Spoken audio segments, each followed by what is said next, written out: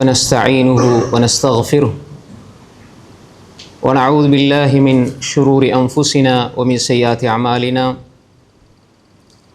من يهده الله فلا مضل له ومن يضلل فلا هادي له وأشهد أن لا إله إلا الله وحده لا شريك له وأشهد أن محمدا عبده ورسوله أما بعد.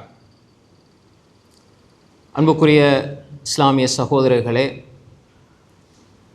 அல்லாஹு தாலாவுடைய மிகப்பெரிய அன்பினால் வெள்ளிக்கிழமையுடைய இந்த ஜுமாவுடைய தினத்தில்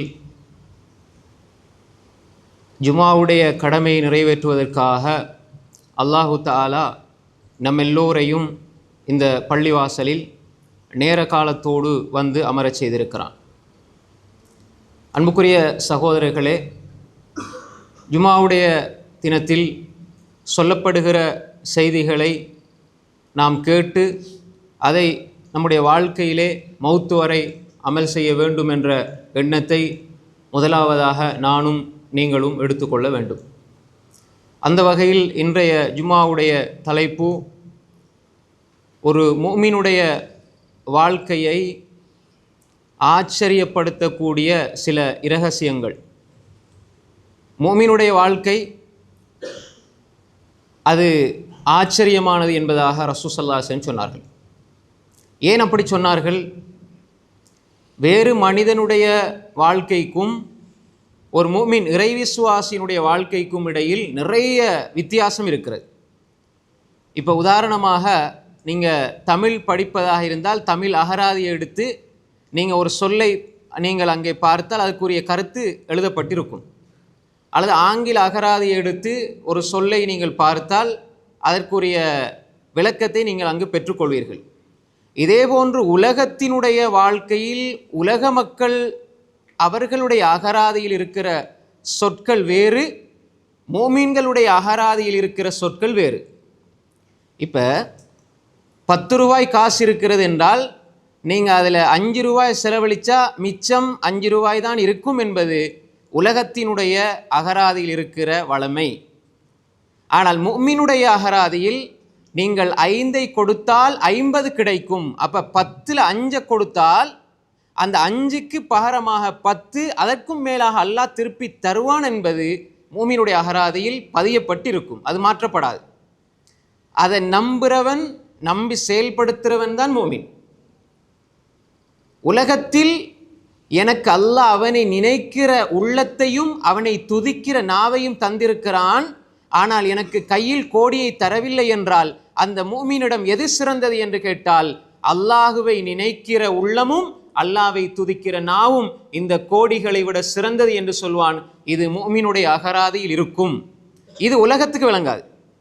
அதனால தான் ரசூல் ஸல்லல்லாஹு அலைஹி வஸல்லம் சொன்னார்கள், அஜபல் லி அம்ரில் முஃமின், மோமினுடைய காரியம் ஆச்சரியத்துக்குரியது என்று சொன்னார்கள்.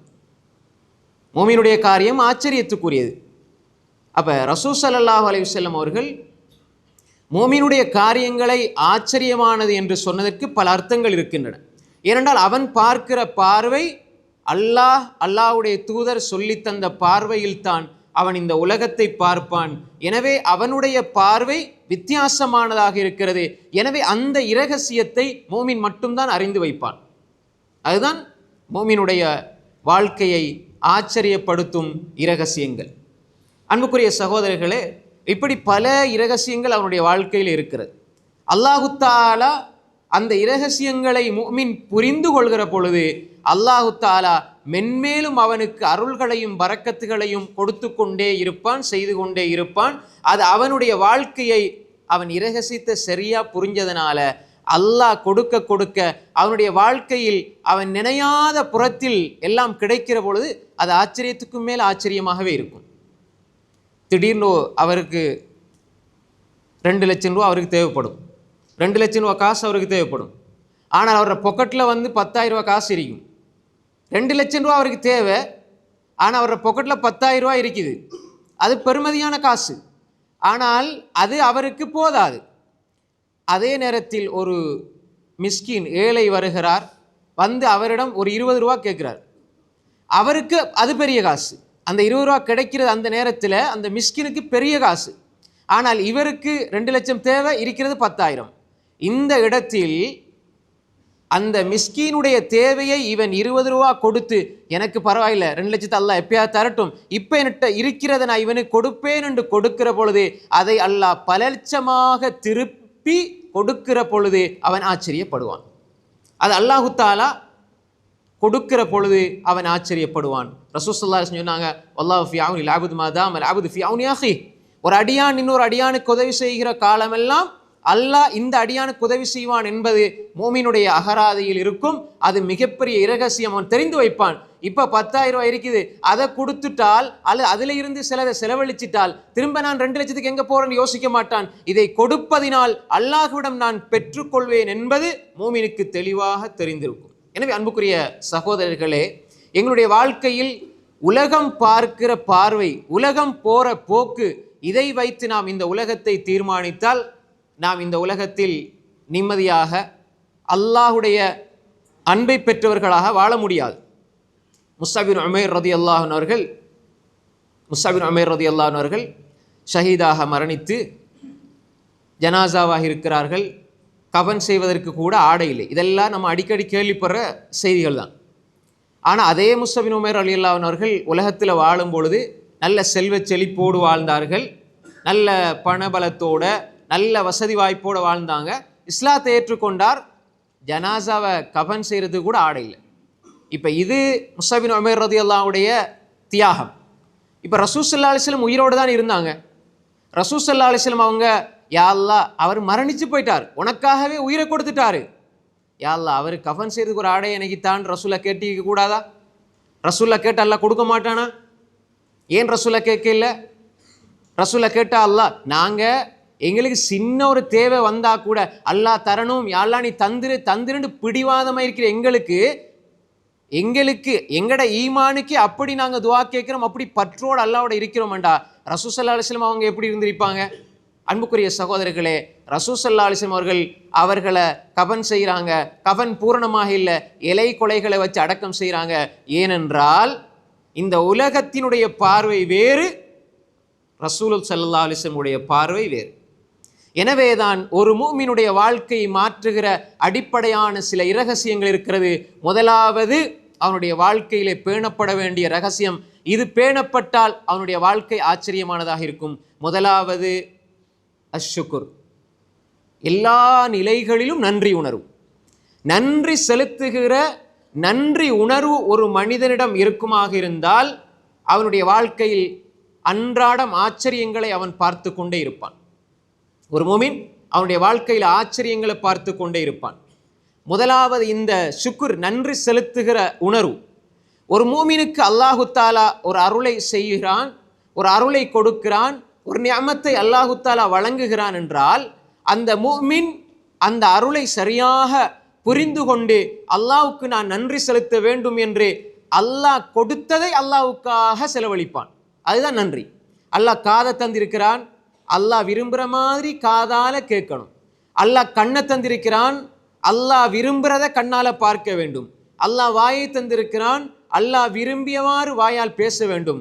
அல்லாஹ் அறிவை தந்திருக்கிறான், அல்லாஹ் விரும்பியவாறு அறிவை நாம் பிரயோகிக்க வேண்டும். அல்லாஹு தஆலா உள்ளத்தை தந்திருக்கிறான், அல்லாஹ் விரும்புகிறவாறு சிந்திக்க வேண்டும். இப்படி அல்லாஹ் தந்ததை அல்லாஹுக்காக கொடுக்கிறது, அல்லாஹுக்காக செலவழிக்கிறது. அல்லாஹ் தந்த பொருளாதாரத்தை அல்லாஹ் விரும்புகிற வழியில் செலவழிப்பது ஷுக்குர். அதனால தான் சலஃபு சாலிஹீன்கள் சொல்வார்கள், ஒரு அடியானுக்கு அல்லாஹ் ஒரு அருளை கொடுத்தால் இது அல்லாஹ் கொடுக்கிற நிஅமா, அருள். மூமின் அதை புரிஞ்சு கொள்வான், அந்த இரகசியத்தை புரிஞ்சு அவன் அதுக்கு நன்றி செலுத்துவான். அல்ஹம்துலில்லாஹ், எல்லா புகழும் அல்லாஹ்வுக்கு, அல்லாஹ் எனக்கு இந்த அருளை தந்திருக்கிறான் என்று சொல்லி அவன் நன்றி செலுத்துவான். இப்ப நன்றி செலுத்தினால் அல்லாஹ் என்ன சொல்றான்? லஇன் ஷகர்தும் லஅஸீதன்னகும் வலஇன் கஃபர்தும் இன் அஸாபி லஷதீத். நாங்க தந்ததுக்கு நீங்க நன்றி செலுத்தினா நாங்க அதிகப்படுத்துறோம்னு அல்லாஹ் சொல்றான். இது அல்லாஹ் தெளிவா குர்ஆன்ல சொல்றான். நாங்கள் தந்ததற்கு நீங்கள் நன்றி செலுத்தினால் நாங்கள் உங்களுக்கு அதிகமாக தருவோம் என்று அல்லாஹ் சொல்கிறான். இப்போ இவன் நன்றி செலுத்துவான், அல்லாஹ் ஒரு அருளை கொடுப்பான். திரும்ப அந்த அடியான் நன்றி செலுத்துவான், அல்லாஹ் அதற்கு பகரமா ஒரு அருளை கொடுப்பான். திரும்ப அடியான் நன்றி செலுத்துவான், அல்லாஹ் அருளை கொடுப்பான். அடியான் நன்றி செலுத்துவதை விடமாட்டான், அல்லாஹ் கொடுப்பதை விடமாட்டான். அப்ப அந்த இரகசியத்தை அவன் புரிந்து கொள்கிறான். அல்லாஹ்க்கு நன்றி செலுத்த அல்லாஹ் சொல்றான், நான் அதிகப்படுத்தி தருவேன் என்று. அல்லாஹ் அதிகமா தந்து கொண்டே இருப்பான். அடியான் நன்றி செலுத்துவதை விடமாட்டான், அல்லாஹ் கொடுப்பதை விடமாட்டான். அல்லாஹ் கொடுத்து கொண்டே இருப்பான். இது அவனுடைய வாழ்க்கையை ஆச்சரியமாக மாற்றும். இது முதலாவது விஷயம். அன்புக்குரிய சகோதரர்களே, எந்த அருளாக இருந்தாலும் அதை நீங்கள் கையிது அந்நியம பிஷுக்குர், சலபு சாலிங்கள் சொல்வார்கள், அருள்களை நன்றி செலுத்துவதன் மூலமாக அதை கைது செய்து விடுங்கள், கட்டி போடுங்கள். ஏதாவது ஒரு அருள் உங்கள்கிட்ட இருந்து பறிப்போகக்கூடாதுன்னு நீங்க நினைச்சால் அதுக்கு நீங்க நன்றி செலுத்தக்கூடியவர்களாக இருக்க வேண்டும். அப்படி நீங்க நன்றி செலுத்தினால் ஆச்சரியத்துக்கும் மேல் ஆச்சரியமாக உங்கள் வாழ்க்கையை அல்லாஹ் மாற்றுவான். இது முதலாவது. இரண்டாவது அஸ்ஸபர், பொறுமை. ஒரு முஃமினுடைய வாழ்க்கையில் பொறுமை இருக்க வேண்டும். பொறுமையினூடாக ஒரு மனிதன் அல்லாஹ்விடம் உதவி தேட வேண்டும். ஒரு மனிதன் எப்படி தொழுது அல்லாஹ்விடம் உதவி தேடுறானோ அதுபோல ஒரு பவர், சக்தி பொறுமைக்கு இருக்கிறது. நீங்க உள்ளத்துல எந்த ஒரு பாவமும் செய்யாமல் இருக்கிற பொழுது கூட கவலை வரலாம். நீங்க நன்மை செய்தாலும் கவலை வரும். நீங்க வீட்டில் இருக்கிற பொழுது உங்களோட பிள்ளைகளினால் கவலை வரும்.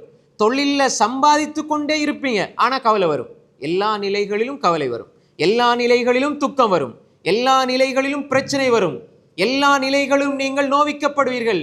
ஆனால் அதற்கு அல்லாஹ் சொல்லுகிறான் அஸ்ஸபர்.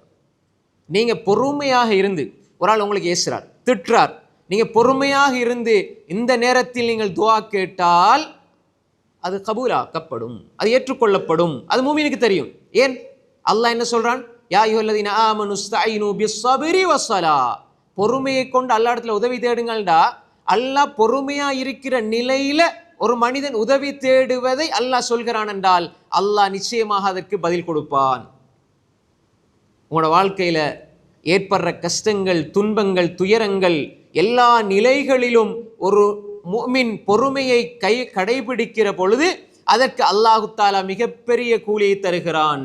அல்லாஹு தஆலா அவனுடைய வாழ்க்கையில் ஆச்சரியத்துக்கு மேல் ஆச்சரியத்தை தருவான். ஏன்? ஒரு கட்டத்தில் நீங்கள் செய்கிற 5 நிமிட பொறுமை உங்களுக்கு பல 5000 அருள்களை கொட்டி தரும். நீங்க வாழ்க்கையில பாருங்க, சில நபிமார்கள் எல்லா நிலைகளும் எல்லா வாசல்களும் மூடப்படுகிற பொழுதும் அல்லாஹ்விடத்தில் தவறான அல்லது பொருத்தமற்ற வார்த்தைகளை பேசாமல் அல்லாஹ்வை நினைத்து கொண்டே இருக்கிறார்கள். பொறுமையோடு அல்லாஹ் கதவுகளை திறக்கிறான். ஜக்கரியா அலைஹிஸ்ஸலாம் நீண்ட காலம் பிள்ளை இல்லாமல் இருந்தார்கள். அல்லாஹ்விடத்தில் துஆ கேட்டு அடைஞ்சு கொண்டாங்க. மீண்ட வயிற்றுக்குள்ள யூனுஸ் அலைஹிஸ்ஸலாம் இருந்தார்கள். பொறுமையோடு இருந்து அல்லாஹ்வை துதித்து அதிலிருந்து விமோசனம் பெற்றார்கள். முன்னால் கடல், பின்னால் ஃபிரௌன், 2 பக்கத்திலும் அழிவு இருக்கிறது. அல்லாஹ்வின் மீது நம்பிக்கை வைத்து பொறுமையோடு இருக்கிறார்கள். பின்னால வந்தவங்க, மூசா எங்களை அழிக்க பார்க்குறீங்க, எங்களை கொண்டு இந்த நிலையில மாட்டி விட்டீர்களே என்று சொல்கிற பொழுது தன்னோடு இருக்கிறவர்களே தனக்கு எதிராக செயல்படுவதை போன்று பார்க்கிற ஒரு நிலையில் ஒரு முஃமின் பொறுமையை கடைபிடிக்கிறான். அல்லாஹு தஆலா விடியல்களை திறந்து கொடுக்கிறான். எனவே ஒரு முஃமினுடைய வாழ்க்கையில் இரண்டாவது இரகசியம், அவன் பொறுமையோடு வாழ வேண்டும். பொறுமையை இழந்து விடக்கூடாது. ஒரு மனிதன் பொறுமையாக இருக்க விரும்பினால், பொறுமையை கடைபிடிக்க நாடினால் அல்லாஹ் அவனுக்கு பொறுமையை கொடுப்பான். எல்லா நிலைகளிலும், எங்களுடைய வார்த்தைகளில், எங்களுடைய பேச்சுக்களில், எங்களோட குடும்பங்களில், எங்களோட வாப்பா, எங்களோட உம்மா, சகோதர சகோதரிகள் வாயை நாங்கள் வார்த்தைகளை விட்டுவிடக்கூடாது. எந்த கட்டத்திலும் கோபம் வருகிற பொழுது அதை அடக்கிக் கொள்ள வேண்டும். இது இறையச்சமுடைய தக்வாவுடையவர்களுடைய அடையாளம். இது நாம் ஒரு நிமிட கோபத்தினால் பல நலவுகளை இழந்து விடுவோம், பல உறவுகளை பிரிந்து விடுவோம், பல நல்ல உள்ளங்களை உடைத்து விடுவோம்.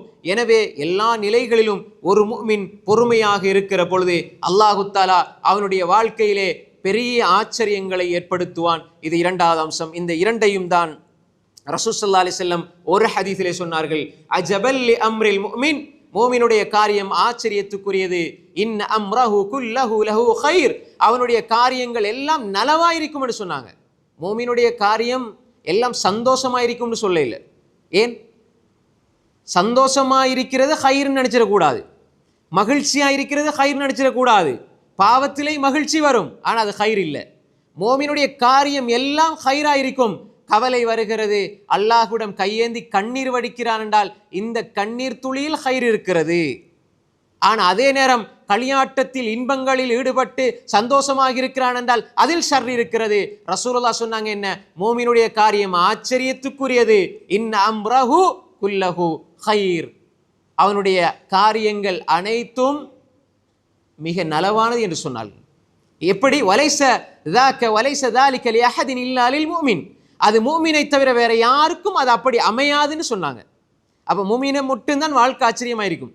அதனால தான் சொல்கிறோம், மூமினுடைய வாழ்க்கையை வெளியே இருந்து ஒருவர் பார்த்தால் அது ஆச்சரியமானதாக தெரியும். மூமினுக்கு அது பெரிய இரகசியமாக அல்லாஹ்வோடு அவன் கொள்ளுகிற மிகப்பெரிய ஒரு பந்தமாக, உறவாக அது இருக்கும். எனவே ரசூல் ஸல்லல்லாஹு அலைஹி வஸல்லம் சொன்னாங்க, இன் அம்ரஹு குல்லஹு லஹு கைர் வலைஸ தாலிக லிஅஹதின் இல்லா லில் முஃமின். சொல்லி போட்டு சொன்னாங்க ஸல்லல்லாஹு அலைஹி வஸல்லம், இன் அஸாபத்து ஸர்ரா ஷக்கர ஃபகான கைரல்லா. ஒரு நல்ல விடயம் அவனுக்கு நடந்தால், அருள்கள் கொடுக்கப்பட்டால், நல்லது அவனுடைய வாழ்க்கையில் கிடைத்தால் அவன் அல்லாஹ்வுக்கு நன்றி செலுத்துவான், அது அவனுக்கு ஹைராக ஆகிவிடும். வைன் அஸாபத்து லர்ரா ஸபர ஃபகான கைரல்லஹு. அவனுக்கு ஏதாவது கஷ்டம், துன்பம், துயரம், நோவினை, பிரச்சனை ஏதாவது ஏற்பட்டால் அவன் பொறுமை செய்வான், அது அவனுக்கு ஹைராக ஆகிவிடும் என்று சொன்னார்கள் ஸல்லல்லாஹு அலைஹி வஸல்லம். இமாம் முஸ்லிம் ரஹிமஹுல்லாஹ் பதிவு செய்து வைத்திருக்கிறார்கள். அன்புக்குரிய சகோதரர்களே, இந்த இரண்டு அடிப்படைகள் எங்களுடைய வாழ்க்கையில் இருக்க வேண்டும். அதனால் தான் சில அறிஞர்கள் சொல்வார்கள், உன்வானு ஸஆதா, ஒரு முஃமினுடைய, ஒரு மனிதனுடைய நட்பாக்கியத்தினுடைய முகவரி 3 என்று சொல்வார்கள்.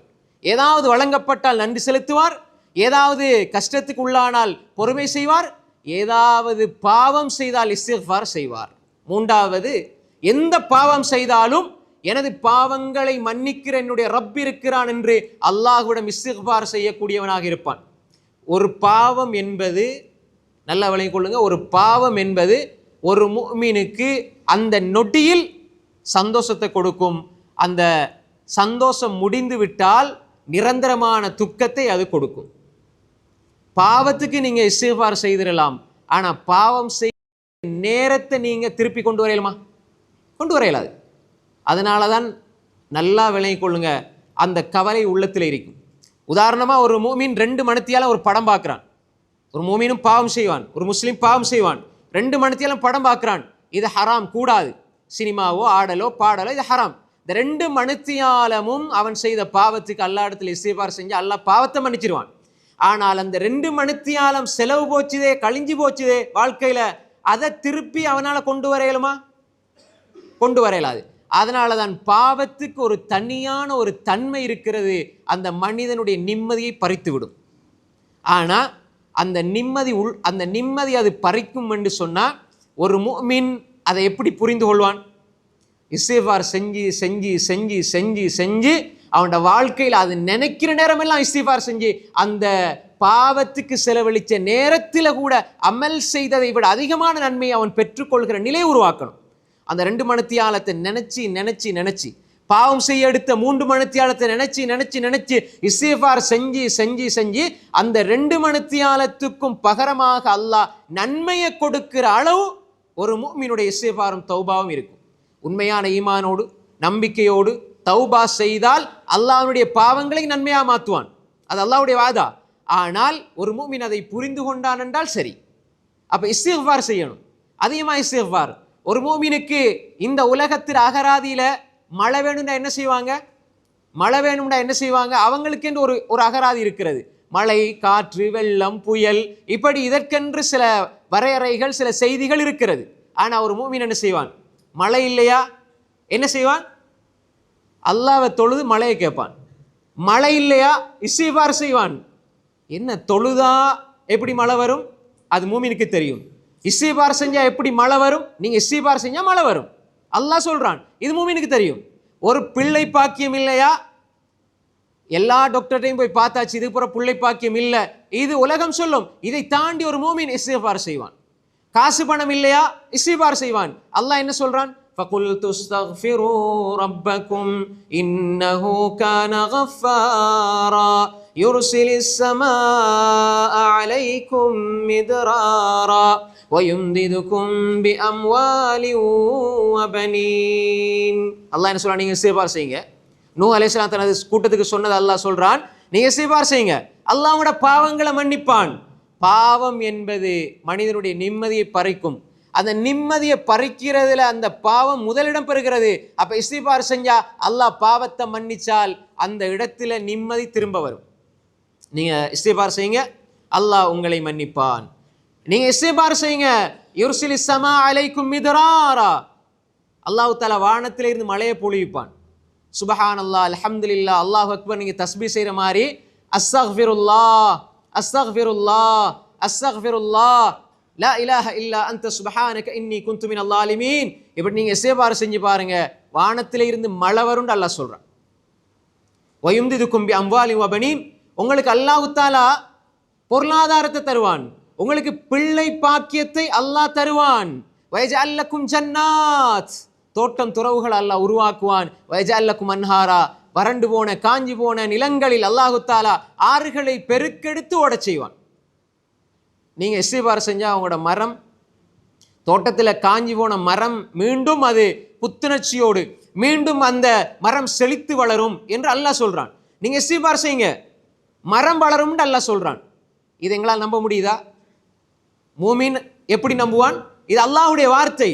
நான் இஸ்திக்பார் செய்தால் இந்த மரமும் வளரும், மழையும் பொழியும், ஆறுகள் செழிப்படுத்து மீண்டும் அது செழிப்பாக ஓடும், ஆறு பெருக்கெடுத்து ஓடும். இப்படி ஒரு மூமினுடைய நம்பிக்கை உள்ளத்திலே, யா அல்லாஹ் எனக்கு இன்ன பிரச்சனை இருக்குது, யா அல்லாஹ் இன்ன கஷ்டம் இருக்குது, யா அல்லாஹ் இந்த துன்பம் இருக்குது, யா அல்லாஹ் என்று ஒரு மூமின், ஒரு மனிதன் நினைக்கிற பொழுது அந்த மனிதன் இஸ்திக்பாரை கடைபிடிப்பான், இஸ்திக்பாரோடு வாழுவான். அல்லாஹ்விடத்தில் எந்நேரம் இஸ்திக்பார். ஏன் அல்லாஹ் அப்படி இணைச்சு வச்சிருக்கிறான்? நீங்க தொழுக முடிந்து விட்டதா, அஸ்தக்ஃபிருல்லாஹ் அஸ்தக்ஃபிருல்லாஹ் அஸ்தக்ஃபிருல்லாஹ். அல்லாஹோடு ஒரு மனிதன் மீண்டு செல்கிற பொழுது, இஸ்திக்பார் செய்து வாழுகிற பொழுது அல்லாஹு தஆலா அவனுடைய வாழ்க்கையில் ஆச்சரியங்களை அல்லாஹு தஆலா உண்டு பண்ணுவான். அன்புக்குரிய சகோதரர்களே, நீங்க செய்கிற இஸ்திக்பாரால் இந்த மரம் செழித்து வளர்கிறது என்றால் உங்களோட மனசு செழிக்காதா? நீங்க செய்யற இஸ்திக்பாரால இந்த மரத்துல அல்லாஹ் செழிப்பை உண்டாக்குவேன் என்று சொல்றான்டா. நீங்க இஸ்திக்பார் செஞ்சா உங்களோட மனசுல இருக்கிற கஷ்டத்தை அல்லாஹ் நீக்க மாட்டானா? உங்களோட மனசுல இருக்கிற பிரச்சனை அல்லாஹ் நீக்க மாட்டானா?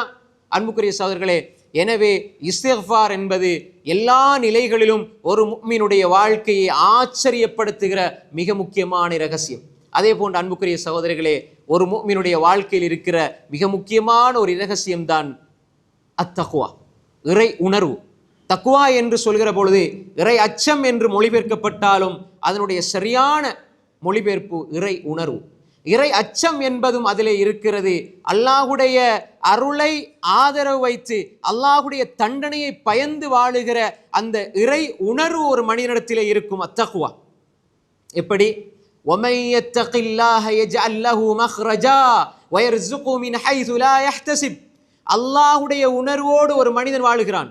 எப்படி? அல்லாஹ்வுக்கு மாறு செய்யாமல், அல்லாஹ்வுடைய வரம்புகளை மீறாமல், பாவம் செய்யாமல், அல்லாஹ்வுக்கு கட்டுப்பட்டு அல்லாஹ்வுக்கு அடிபணிந்து வாழுகிற ஒரு மனிதனுடைய வாழ்க்கையில் ஆச்சரியங்களை அல்லாஹு தஆலா உருவாக்குவான். எப்படி?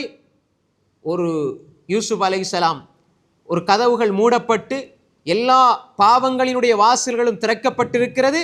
ஆனால் அவர் செய்கிற பாவத்துக்கான கதவு அப்படியே அவருக்கு அலங்கரித்து கொடுக்கப்படுகிறது. அரண்மனையிலே, அரச மாளிகையிலே ஒரு கண்ணியமும் கௌரவமும் செல்வந்த நிலையும் உள்ள ஒரு பெண் அழைக்கிற பொழுது அல்லாஹ் என்னை பார்த்து கொண்டிருக்கிறான் என்ற உணர்வால் அந்த பாவத்தை விடுகிறார்கள் என்றால் இன்று அந்த யூசுப் அலைஹிஸ்ஸலாத்தை தக்வாவுக்கு உதாரணமாக நாங்கள் சொல்லிக் கொண்டிருக்கிறோம். அல்லாஹுடைய உணர்வுக்கு, அந்த இடத்தில் அல்லாஹ் என்னை பார்க்கிறான் என்ற உணர்வு அவர்களுக்கு வருகிறது. பாவத்திலிருந்து அவர் தவிர்ந்து கொள்கிறார். அன்புக்குரிய சகோதரர்களே, அல்லாஹுவை நீங்கள் வெளிப்படையில் பயப்படுவது, வெளிப்படையில் தக்வாவோடு இருப்பது, மக்களோடு மக்களாக இருக்கிற பொழுது நீங்க தக்வாவை காட்டுறது அல்ல. தக்வா தக்வா என்பது எங்க வரணும்? அதனுடைய பிரதிபலிப்பு என்னை இந்த உலகமே பார்க்காமல் முழு உலகத்திலிருந்தும் நான் ஒரு இடத்திலே ஒதுங்கி நான் தனிமையில் இருக்கிற பொழுது பாவம் செய்கிற எல்லா சூழ்நிலைகளும் என்னை சூழ்ந்திருக்கிற பொழுது, பாவம் செய்கிற நிலைகள் எனக்காக அந்த சூழல்கள் திறந்திருக்கிற பொழுது, அந்த சூழ்நிலை எனக்கு சாதகமாக இருக்கிற பொழுது யாரும் என்னிடம் எதையும் கேட்க முடியாது என்று இருக்கிற நிலையில் ஒரு முஃமின் அல்லாஹுடைய உணர்வோடு இருக்க வேண்டும். யாருமே கேட்க மாட்டாங்க, யாரும் பார்க்க மாட்டாங்க, யாரும் எதுவும் சொல்ல மாட்டாங்க. நான் சுதந்திரமா இருக்கிறேன். இந்த நேரத்தில் ஒரு அந்நிய பெண்ணோடு பேசுவது, ஒரு அந்நிய பெண்ணை பார்ப்பது, ஆபாசமாக பேசுவது, குலைந்து குலைந்து பேசுவது, ஆபாசமான படங்களை பார்ப்பது, இப்படியான எல்லா தீமைகளும். ஏன் என்ன பார்க்கறதுக்கு உம்மா இல்ல, வாப்பா இல்ல, மச்சா இல்ல, மைனி இல்ல, யாருமே, மனைவி இல்ல, யாரும் இல்ல, பிள்ளைகளும் இல்ல, நான் தனியே. இந்த நேரத்தில் ஒரு இசையை கேட்பதற்கு அல்லாஹ் என்னை பார்க்கிறானே. எல்லாரும் இந்த மக்கள் எல்லாம் பார்க்கிற பொழுது அவங்களை திருப்திப்படுத்துறதுக்காக பாவத்தை விடுற நான், அல்லாஹ் என்ன பார்த்துட்டு இருக்கும் பொழுது அல்லாஹ் பார்த்தா என்ன பார்க்காட்டி என்னன்னு சொல்லி என்னை பார்ப்பவர்களில் மிக இழிவானவனாக அல்லாவை நான் பார்க்கிறேனே. அப்பொழுது தக்குவா எங்கே போய்விட்டது? என் வாப்பா பார்த்த வார பயம் என்ற ரப்பு பார்க்கும் பொழுது வரவில்லையே. என் உம்மா பார்த்தா வார பயம் என்ற ரப்பு பார்க்கிற பொழுது வரையில்லையே.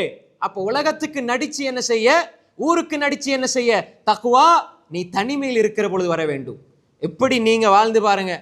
தனிமையில் இருக்கிற பொழுது பாவம் செய்யறதுக்கான சந்தர்ப்பம் கிடைச்சும் பாவத்தை விட்டு பாருங்க. அல்லாஹ் உங்களது வாழ்க்கையில் பெரிய அருள்களை திறப்பான், பெரிய நிம்மதியை திறப்பான், பெரிய பரக்கத்துகளை அல்லாஹ் திறப்பான். அதுதான் அல்லாஹ் சொல்றான், வமை யத்தகில்லாஹ யஜ்அல் லஹு மக்ரஜா. அல்லாஹ்வுடைய உணர்வோடு யார் வாழ்வாரோ அவருக்கு அல்லாஹ் விடியல்களை உருவாக்குவான். வயர்சுகு மின் ஹைது லா யஹ்தசிப். அவர் நினையாத புறத்தில் அல்லாஹ் அவருக்கு ரிஸ்க் கொடுப்பான். இப்ப நாங்க என்ன விளங்கி வச்சிருக்கிறோம் இந்த வசனத்துல? தக்வாவோட வாழ்ந்தா அல்லாஹ் சாப்பாட்டை தருவான், ரிஸ்க தருவான். இல்ல, நீங்க அல்லாஹ்ட உணர்வோடு நீங்க வாழ்ந்தீங்கண்டா உங்களுக்கு தொழில பிரச்சனை இருந்தா அதுல அல்லாஹ் ஹைராக்கி தருவான். ரிஸ்க்குங்கிறது சாப்பாடு மட்டும் இல்ல. எனக்கு திருமணமாக இல்லை, 29 வயசா போகுது, ஆனால் நான் பாவம் செய்யறதை விடுறேன், நல்ல சாலிஹான மனைவி அல்லாஹ் ரிஸ்கா தருவான். என்ன தொழில இப்ப நஷ்டம் போகுது, நான் ஏமாத்த மாட்டேன், அல்லாஹ்ட உணர்வோட வாழ்றீங்க, அல்லாஹ் உங்களோட வியாபாரத்துல பறக்க செய்வான். இதுதான் அல்லாஹ் தர ரிஸ்கே தவிர நாங்க நினைச்சிருக்கிறோம் என்ன தக்வாவோட அல்லாஹ் பயந்து வாழ்ந்தா அல்லாஹ் சாப்பாடு தருவான், ரிஸ்க தருவான். இல்ல சகோதரர்களே, இப்ப உங்களோட மனசுல என்ன கவலையா இருக்குதோ அந்த கவலையை அல்லாஹ் நீக்குவான். உலகத்தில் ஒரு முஃமினுக்கு அல்லாஹ் கொடுக்கிற பெரிய ரிஸ்க் மன நிம்மதி. சகோதரர்களே, இன்றைக்கு எத்தனையோ பேர் கோடான கோடியை வச்சுக்கிட்டு நிம்மதிக்காக அலைகிறாங்க. அவர்கள் சொல்றாங்க, நான் உலகத்தில் எல்லாத்தையும் நான் சம்பாதிச்சேன், ஆனா என்ற நிம்மதி இல்லை. நீங்க ஒன்றுமே உங்ககிட்ட இல்லை, எதுவுமே இல்லை, ஊர்ல யாருமே உங்களை கணக்கெடுக்க இல்லை. இந்த எந்த ஆடை, எந்த அணிகலன், எந்த குடும்ப பின்னணி எதையுமே பார்க்காதீங்க. உங்களோட கண்ணியம், உங்களோட நிம்மதி எங்க இருக்கு தெரியுமா? வந்து அல்லாஹு அக்பர்னு தக்பீரை கட்டுங்க, அல்லாஹ்வை தொழுங்க, நெத்திய சஜிதாவில் வைங்க. அல்லாஹ் நெருக்கமாக இருக்கிற நிலை சஜிதா. நீங்க கெஞ்சி கண்ணீர் வடிச்சு அல்லாஹ் இடத்துல கேளுங்க. அந்த கண்ணீரோடு சேர்ந்து உங்களுடைய உள்ளத்தினுடைய காயங்களும் பறந்து போகும். அங்கே நிம்மதி கிடைக்கும். பள்ளிக்குள்ளே நிம்மதி இருக்கிறது, சஜிதாவில் நிம்மதி இருக்கிறது, குர்ஆனில் நிம்மதி இருக்கிறது, சதகாவில் நிம்மதி இருக்கிறது. அன்புக்குரிய சகோதரர்களே, இதை அல்லாஹ் ரிஸ்காக யாருக்கு தருவான்? மூமினுக்கு. அன்புக்குரிய சகோதரர்களே, எல்லா பொதுவாக உலகத்தினுடைய அகராதியில ஒரு கோட் ஷூட் போட்டு நல்ல கார்ல நல்ல வசதி வாய்ப்போட நல்ல பவரா ஒரு மனிதர் வாரார்.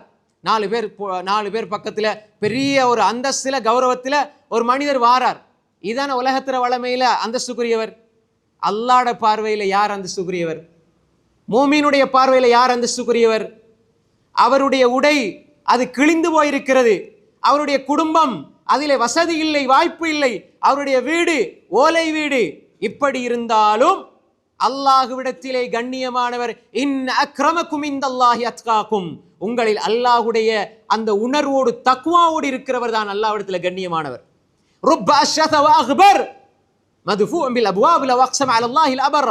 எத்தனையோ தலைவிரிகோலமாக புழுதி படிந்த நிலையில் எத்தனையோ மனிதர்கள் இருப்பார்கள். மக்களாக இருப்பாங்க, அவங்களை யாருமே கணக்கெடுக்க மாட்டாங்க. ஆனால் அவர்கள் அல்லாஹ்விடத்திலே சத்தியம் செய்து ஒன்றை கேட்டால் அல்லாஹ் உடனே கொடுப்பான் என்று சொன்னாங்க ஸல்லல்லாஹு அலைஹி வஸல்லம். இந்த சபையில கூட அப்படி இருக்கலாம். நாங்க இப்படி ஆடை அணிகிறோம், மிம்பர்ல இருக்கிறோம், அல்லது முன்சப்ல இருக்கிறோம், அல்லது எல்லா நேரம் தொழுகிறோம் என்ற அடையாளங்கள் அல்ல முக்கியம். யாரோ ஒரு மனிதர் இந்த இடத்திலே அல்லாஹ்வோடு மிக நெருக்கமாக இருக்கிற மனிதர்கள் இருப்பார்கள். கையேந்தினால் அல்லாஹ் கொடுக்கிற நிலையில் இருக்கிற மனிதர்கள் இங்கு இருப்பார்கள். வெளி தோற்றத்தை வைத்து நாம் யாரையும் எடை போட்டு விடக்கூடாது அவர்களே. பார்க்கறதுக்கு அவர தொழில் காணல்ற தொழிலாய், இப்படி காணல ஊத்தாள்றது ஒரு கேவலமான தொழில்னு சொல்ல வரையில. மக்கள் அப்படி நினைக்கிறாங்க. அப்படி அள்ளுவராக இருந்தாலும் அவருக்கென்று ஒரு சுய கௌரவம் இருக்குது. அவர் வீட்டுக்கு போகும்போது ஒரு 1000 ரூபா 2000 ரூபா காசை எடுத்துட்டு போனா என் பிள்ளைக்கு நான் சாப்பாட்டை கொடுக்கணும், என் பிள்ளை தலை நிமிர்ந்து வாழணும்ன்ற எண்ணத்தோட தானே போறாரு. எத்தனையோ இங்கிருக்கிற சகோதரர்களுடைய எத்தனையோ வாப்பாமார் எப்படி எங்களை வளர்த்தார்கள். இப்ப இருக்கிற வசதி மாறியா? தெருவிலே படுத்து கிடந்தார்கள், எத்தனை மூட தூக்கி இருப்பார்கள், கையெல்லாம் பிஞ்சு போற அளவுக்கு சீமந்து வேலை செஞ்சிருப்பார்கள், எத்தனையோ பொஸ்ல ஏச்சு வாங்கி இருப்பார்கள், எத்தனையோ பேர்ல இழி சொற்களுக்கு ஆளாகி இருப்பார்கள். ஆனா என்ற பிள்ளை நல்லா இருக்கணும் என்பதற்காகத்தானே அவங்களுடைய வாழ்க்கையை அளித்தார்கள். என்ற பிள்ளை நல்லா இருக்கணும். இன்றைக்கு நாங்க எப்படி வாழ்ந்து கொண்டிருக்கிறோம்? அந்த தந்தை அல்லாஹ்விடம் கேட்டால் அல்லாஹ் ஏற்றுக்கொள்வான். இன்றைய இடத்துல வசதி இருக்கு, வாய்ப்பு இருக்குது, நான் பாவத்துக்குள்ள போறேன், அல்லாஹ் கேட்டா இந்த துஆவை கபூல் செய்றான் இல்லை என்று சொல்கிற நாங்கள் எங்கட உள்ளத்துல தக்வாவை எடுத்தோமா? எங்கட உள்ளத்துல தக்வாவை நாங்க கொண்டு வந்தோமா? அன்புக்குரிய சகோதரர்களே, எனவே இந்த தக்வாவுடைய இறை உணர்வை எடுத்துக்கொண்டால் நீங்கள் சங்கையானவர்கள். உலகத்தில மனிதர்கள் பார்க்கிற பார்வை அல்ல, மோமின் அல்லாஹுவை புரிந்து கொள்கிற, அல்லாஹுவை அறிந்து கொள்ளுகிற இடம் தக்வா. அந்த தக்வா என்ற அந்த உணர்வை எடுத்துக்கொண்டான் என்றால், நான் என்னுடைய வெளிரங்கத்திலே என்னை நான் அழகுபடுத்துவதை விட என் உள்ரங்கத்தை அழகுபடுத்துவேன். தனிமையில் நான் அல்லாஹ்வோடு உரையாடுவதில், தனிமையில் அல்லாஹ்வோடு பேசுவதில், அல்லாஹ்வோடு உரையாடுவதில், அல்லாஹ்வுடைய விடயங்களை நான் சரியாக நிறைவேற்றுவதில் நான் இன்பத்தை காண வேண்டும் என்று ஒரு முஃமின் வாழுவான். அப்படிப்பட்ட இரகசியங்களை வாழ்க்கையில் அவன் பேணிக் கொள்கிற பொழுது அவனுடைய வாழ்க்கை மிக மிக ஆச்சரியமானதாக அமையும். அப்படிப்பட்ட வாழ்க்கையை அல்லாஹ் நம்ம எல்லோருக்கும் தந்தருள்வானாக. அல்ஹம்துலில்லாஹ் வஸ்ஸலாத்து வஸ்ஸலாம் அலா ரசூலில்லாஹ் அம்மா பஅத். அன்புக்குரிய சகோதரர்களே, ஒரு மூமினுடைய வாழ்க்கையை ஆச்சரியமாக மாற்றக்கூடிய இரகசியங்கள் என்பதில் 4 விடயங்களை நாங்கள் பார்த்தோம். 5வது தவக்குல். ஒரு மூமின் தனது எல்லா காரியங்களையும் அல்லாஹ்விடம் ஒப்படைக்க வேண்டும். தன்னுடைய உள்ளத்தை அல்லாஹ்விடம் ஒப்படைக்கிறது. எப்படி? ஒரு மூமின், யா அல்லாஹ், நான் என்னுடைய முயற்சிகளை எல்லாம் நான் செய்து விட்டேன், எதெல்லாம் நான் செய்யணுமோ அதையெல்லாம் நான் செஞ்சிட்டேன் யா அல்லாஹ், ஆனா இதுக்கு பிறகு காரியங்களை நிறைவேற்றி தாரது நீதான் யா அல்லாஹ். எல்லா நிலையிலும் வரணும் சகோதரர்களே. எங்களுக்கு லேசா சின்ன சின்ன விடயங்கள் செய்ய முடியுமானதெல்லாம் அதெல்லாம் பார்த்துக்கலாம் அப்படின்னு நினைப்போம். இல்லை, எல்லா நிலைகளிலும் யா அல்லாஹ், நான் நான் ஜும்மா உன்னை வந்து தொழுதேன் யா அல்லாஹ், அசர் தொழாம என்ன ஆக்கிறாத யா அல்லாஹ். நிறைய பேர் நினைக்கிறது, என்ன இப்னு கய்யிம் அல்-ஜௌஸிய்யா ரஹிமஹுல்லாஹ் தனது மதாரிஜுஸ் ஸாலிகீன் என்ற நூலில் எழுதுறாங்க, ஒரு சில மூமின்கள், ஒரு சில மனிதர்கள் எப்படி நினைக்கிறாங்கண்டா, அல்லாஹ் சாப்பாடு தந்தா, அல்லாஹு தஆலா குடிபானத்தை தந்தா, அல்ஹம்துலில்லாஹ், அல்லாஹ் பெரிய அருளை தந்துட்டான்னு அவங்க நினைக்கிறாங்க, நிஅமத் அல்லாஹ் தந்துட்டான்னு நினைக்கிறாங்க. ஆனா ஈமான் அதை அருளா நினைக்கிறதே இல்லை. அல்லாஹ்வை வணங்குறதுக்கு எங்களை தௌஃபீக் செய்யறானே, அதை அருளா விளங்குறதே இல்லை. இதை நாங்கள் அல்லா இடத்துல கேட்கணும். இதான் அருள் சகோதரர்களே. யா அல்லாஹ், சுபு சொல்லாம என்ன ஆக்கிறாத யா அல்லாஹ், ஜும்மாக்கு கொண்டு வந்து சேர்த்த நீ யா அல்லாஹ், என்ன சுபுக்கும் என்ன கொண்டு வந்து சேர்த்துறியா அல்லாஹ். இன்றைக்கு பாருங்க, நாங்க அல்லாஹ் எங்கிட்ட இருந்து பறிக்கிற மிக முதலாவது பெரிய அருள் என்ன தெரியுமா? அல்லாஹ் பறிக்கிறதுல நிறைய சொல்லுவோம், ஆரோக்கியம் அது இது அப்படின்ட்டு, அதெல்லாம் 2வது. முதலாவது, அல்லாஹ்வை வணங்காம எங்களோட உள்ளத்தில் அல்லாஹ் பத்தி உள்ள மறதி ஏற்படுது. இது அல்லாஹ் தர பெரிய தண்டனை சகோதரிகளே. அல்லாஹ்வை மறந்திருக்கிறது என்பது அல்லாஹ் எங்களுக்கு தந்திருக்கிற ஒரு தண்டனை. யா அல்லாஹ், அதை நீக்கிறியா அல்லாஹ், நான் செஞ்ச பாவத்தில் தந்துட்டா யா அல்லாஹ், அதை நீக்கிறியா அல்லாஹ். யா அல்லாஹ், அசர் தொலை எனக்கு தௌஃபீக் செஞ்சிரியா அல்லாஹ். இதே மூமின்கள் தானே, இதே முஸ்லீம்கள் தானே, இதே களிமா சொன்னவங்க தானே. இப்போ பள்ளி நிறைஞ்சு வாசல் வரைக்கும் நிற்கிறீங்க தானே. இதில் எத்தனை பேர் அசர ஜமாத்தோட தொழுவோம் சொல்லுங்க ஆகும்? எத்தனை பேர் ஃபஜ்ர ஜமாத்தோட தொழுவோம் சொல்லுங்க ஆகும்? அப்போ அந்த அருள் பறிக்கப்பட்டிருக்கிறதே. அப்போ எங்களோட உள்ளம், யா அல்லாஹ், எனக்கு அது தேவை, இது தேவை, இதை செஞ்சுதா அதை செஞ்சுதான்னு கேட்குற நாங்கள் அல்லாஹ்விடத்தில் முதலாவது உள்ளத்தை ஒப்படைச்சு அல்லாஹ்விடத்தில் நாங்கள் கேட்கணும். யா அல்லாஹ், உன்னை தொழணும் யா அல்லாஹ், மௌத்து வர தொழுகைய விடுறதுக்கு நீ அவகாசம் தந்துடாதே யா அல்லாஹ், அந்த சந்தர்ப்பத்தை ஏற்படுத்திடாதே யா அல்லாஹ், என்னிடமிருந்து அந்த அருளை பறிச்சிடாதே யா அல்லாஹ், உன்னை வணங்குறதுல இன்பம் காண்ற உள்ள தந்துரியா அல்லாஹ். அதுக்கு பிறகு அடுத்தது, யா அல்லாஹ், இந்த ஆரோக்கியத்தை நீ பாதுகாத்து விடியா அல்லாஹ், நீண்ட ஆரோக்கியத்தை தந்திரியா அல்லாஹ், உன்னை வணங்குறதுக்கு அருள் செய்யா அல்லாஹ். கேட்டுக்கொண்டே இருங்க சகோதரர்களே. எங்களோட காரியங்கள் எது தடை செய்யப்பட்டாலும், எங்களுக்கு தடை செய்யப்பட்ட மாதிரி தெரியும், இந்த விடயம் தடை செய்யப்பட்டிருக்கிறது, கிடைக்கல, கேட்டுக்கொண்டே இருங்க. எத்தனை வருஷமானாலும் சரி, 65-70 வயசானாலும் உங்களுக்கு எது கிடைக்கணும்னு நீங்க நினைக்கிறீங்களோ அதை கேளுங்க, அல்லாஹ் தருவான். எப்ப அல்லாஹ் தருவான் என்பது அல்லாஹ்வுக்கு தான் தெரியும். அன்புக்குரிய சகோதரர்களே, சில பொழுது நீங்க 75 வயசு வரை, மௌத்து வரை நீங்க கேட்டு ஒரு விஷயம் கிடைக்காம இருக்கும். மறுமையில் அல்லாஹ் அதை சேமித்து வச்சு தருகிற பொழுது அந்த மூமின் மனிதன் நினைப்பான், வாழ்நாள் முழுக்க இந்த துவா கபூல் செய்யப்படாமல் இருந்திருக்கலாமே. ஏன்னா உலகத்தில் சில விடயங்களை உடனே கேட்ட உடனே அல்லாஹ் கொடுத்துருவான். கொடுத்தா அவனுக்கு அது பெருமதி தெரியாமல் போயிடும். அதையே அல்லாஹ்க்கு மாறு செய்யறதுக்கு பயன்படுத்துவான். எனவே அன்புக்குரிய சகோதரிகளே, சில பொழுது சில துவாக்கள் அல்லாஹ் கபூலாக்காம இருப்பதும் அல்லாஹ்வுடைய அருள். ஏன் தெரியுமா? கபூலாக்கி விட்டு அவர் துவா கேட்கறதுக்கு இன்னொரு 5-10 நாள் எடுப்பாரு. கபூலாக்க இல்லைண்டா தொடர்ந்து கேட்டுக்கிட்டே இருப்பாரு. அல்லாஹ் என் அடியான் என்னோட தொடர்புலே இருக்கணும்னு சொல்லி துவா கபூலாக்காம இருப்பான். என் அடியான்கிட்ட கேட்டுக்கிட்டே இருக்கணும், பார்த்து சந்தோஷப்படுகிறான். அன்புக்குரிய சகோதரர்களே, எனவே ஒரு முஃமின் தவக்குலோடு வாழ்வான். கடைசியாக எல்லா நிலைகளிலும் அவனுடைய எண்ணம் சிந்தனை எல்லாம் அல்லாஹுடைய அன்புதான் அடிப்படை. வாழ்க்கையின் அடிப்படையே மோமின் விளங்கி வச்சிருக்கிற இரகசியம் அல்லாஹ்வுடைய அன்புதான் அடிப்படை. அல்லாஹ்வுடைய அன்புக்காகத்தான் எல்லாம். நான் ஒருவரை நேசிக்கிறேன் அல்லாஹ்வுக்காக, ஒருவரை வெறுக்கிறேன், வெறுக்கணும். பாவம் செய்கிறாரு, திருந்த மாட்டேங்கிறாரு, எவ்வளவு சொன்னாலும் கேட்கிறாரு இல்லை, தொழுறாரு இல்லை, ஆனா அவர் எல்லாமே செய்வார், கொடுப்பாரு, ஏழைக்கு உதவி செய்வார், எல்லாம் செய்வார். என்ன நல்ல கூட்டாளி, ஆனா தொழ மட்டும் மாட்டாரு. எல்லாம் நல்ல மனுஷர், ஆனா தொழ மாட்டாரு. தொழமாட்டார் நல்ல மனுஷன்னு சொல்றது மிகப்பெரிய ஒரு பாவம் சகோதரர்களே. அந்த வார்த்தையே பாவம். அல்லாஹ்வோட நல்லா நடந்து கொள்ளாதவன் எப்படி நல்லவனாயிருப்பான்? ரப்ப மதிக்காதவன் எப்படி நல்லவனாயிருப்பான்? உலகத்துக்கு கொடுத்து என்ன செய்ய, ஊருக்கு கொடுத்து என்ன செய்ய? அவர் எல்லாம் கொடுப்பாரு, செலவு செய்வாரு, அது செய்வாரு, இது செய்வாரு, ஆனா தொழ மாட்டாரு. நல்ல மனுஷன். என்ன நல்ல மனுஷன்? அவன் பச்சை முனாஃபிக், அவன் ஒரு பாவி. எப்படி நல்ல மனுஷன்? அது உலகத்திற வளமையில நல்ல மனுஷன். அல்லாஹ்வுடைய தூதர் மோமினுடைய பார்வையில் அவன் பெரிய பாவி. ஏன்னா பாவிகள் தொழுகையில் அவங்க நிரந்தரமா இருக்க மாட்டாங்க, தொழ மாட்டாங்க. அன்புக்குரிய சகோதரர்களே, அல்லாஹ்வுடைய அன்பு அப்படி ஒருத்தர் இருக்கிறாரா? நீங்க அல்லாஹ்வுக்கு வெறுங்க. மன் அஹப்பலில்லா வ அப்கலலில்லா வ அதாலில்லா வ மனஅலில்லா ஃபகத் இஸ்தக்மலல் ஈமான். அல்லாஹ்வுக்கு கொடுக்கணும், அல்லாஹ்வுக்கு தடுக்கணும். ஒரு பசிக்கு ஒரு ஆள் கேட்கிறாரு, கொடுக்குறீங்க. ஒருத்தன் முன்னுக்கே சாராயம் குடிக்கிறது கேட்கிறான், நீங்க கொடுப்பீங்களா? கொடுக்காம இருக்கிறது அல்லாஹ்வுக்காக. ஒருவரோட அன்பு கொள்ளுங்க அல்லாஹ்வுக்காக, கோபம் கொள்ளுங்க அல்லாஹ்வுக்காக. அன்புக்குரிய சகோதரர்களே, அல்லாஹ்வுடைய அன்பு. நான் எதை செஞ்சாலும் அல்லாஹ்வுடைய அன்பு தான் அடிப்படை. இதை ஒரு அளவுகோலாக வைத்து நீங்க வாழுங்க சகோதரர்களே. அதனால தான் ரசூல் ஸல்லல்லாஹு அலைஹி வஸல்லம் சொன்னாங்க, மன் அஹப்ப லிகா அல்லாஹ் அஹப்ப அல்லாஹு லிகா. யார் ஒரு மனிதன் அல்லாஹ்வை சந்திப்பதை விரும்புகிறானோ அல்லாஹ்வும் அவனை சந்திப்பதை விரும்புகிறான். என்ன அர்த்தம்? அன்புக்குரிய சகோதரர்களே, தெளிவாக புரிந்து கொள்ளுங்க. யார் ஒரு மனிதன் அல்லாஹ்வை சந்திக்கிறத விரும்புகிறானோ அவன் அல்லாஹ் சந்திப்பான்னு சொல்லல ரசூல் ஸல்லல்லாஹு அலைஹி வஸல்லம். ஒரு மனிதன் அல்லாஹ்வை சந்திக்க விரும்பினால் அல்லாஹ் அவனை சந்திக்க விரும்புகிறான். இதுதான் மூமினுடைய வாழ்க்கை. இப்ப பாருங்க, நான் உலகத்தில் ஒரு பெரிய அரசியல்வாதியை அல்லது பிடித்த ஒரு ஆளை சந்திக்க நான் விருப்பப்பட்டு போறேன், நான் விரும்பி போறேன். ஆனா அவர் என்ன விருப்பத்தோட சந்திக்க மாட்டார். சந்திக்க வராரு, சந்திக்க கையை கொடுத்துட்டு ரைட் ஓகே 2 நிமிஷம் பேசிட்டு அனுப்புவார். ஆனால் அல்லாஹ்வுடைய தூதர் சொன்னாங்க, யார் ஒரு மனிதன் அல்லாஹ்வை சந்திக்க விரும்புகிறாரோ அவரை அல்லாஹ் சந்திக்க விரும்புகிறான். நீங்க எந்த அளவு என்ற ரப்ப பார்க்கணும், சந்திக்கணும் என்று எந்த அளவு ஆசை வைக்கிறீர்களோ அதே ஆசையோடு அல்லாஹ் உங்களை நாளை மறுமையிலே சந்திப்பான் என்றால் அன்புக்குரிய சகோதரர்களே, இதுதான் ஒரு முஃமினுடைய வாழ்க்கையின் இலக்கு. இந்த சந்திக்கின்ற நேரத்தில் அல்லாஹ் என்னை பொருந்திக் கொள்ள வேண்டும். அதற்குத்தான் இந்த வாழ்க்கை என்று வாழுகிற பொழுது உலகத்தில் தெரிகிற கஷ்டங்கள் பிரச்சனைகள் எல்லாம் நிச்சயமாக அல்லாஹ்வுக்கு கூலி தருவான். ஏன்? என்னுடைய ரப்பை நான் சந்திக்க இருக்கிறேன். ரப்பை சந்திக்கிற பொழுது எனக்கு அல்லாஹ் தந்த அருள்களுக்கு நல்ல முறையில் நான் வாழ்ந்தேன், அதுக்கு அல்லாஹ் நன்மை தருவான். அல்லாஹு தஆலா எனக்கு சில சோதனைகளை தந்தான், பொறுத்து கொண்டேன், அதற்கும் அல்லாஹ் நன்மை தருவான். எனவே நான் அல்லாஹ்வின் சந்திப்பை ஆசை வைத்து செல்லுகிறேன். அல்லாஹ் என்னை விருப்பத்தோடு சந்தித்து என்னை பொருந்து கொண்டு அல்லாஹ் சுவர்க்கத்தை எனக்கு தருவான். இதுதான் ஒரு முஃமினுடைய வாழ்க்கையை மாற்றுகின்ற ஆச்சரியப்படுத்துகின்ற இரகசியங்கள். இந்த அடிப்படையில் வாழ்ந்து மரணிக்கிற நன்மக்களாக அல்லாஹு தஆலா நம்ம எல்லோரையும் ஆக்கி அருள்வானாக.